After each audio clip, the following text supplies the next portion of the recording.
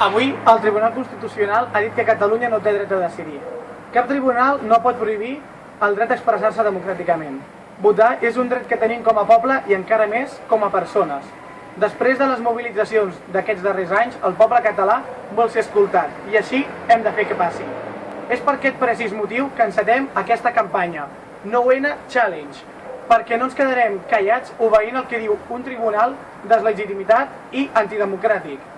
Perquè el 9N votarem, perquè seguim convocats, encetem aquesta campanya en la qual la persona nominada té dues opcions: fer-se una foto o un vídeo on la imatge clara i principal sigui la de votar, com jo ara mateix faré.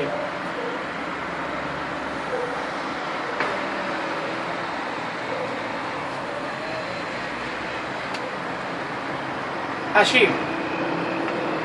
Votar lliurement, és igual l'opinió, el sí, el sí no o el no. L'important és que arribi a tothom.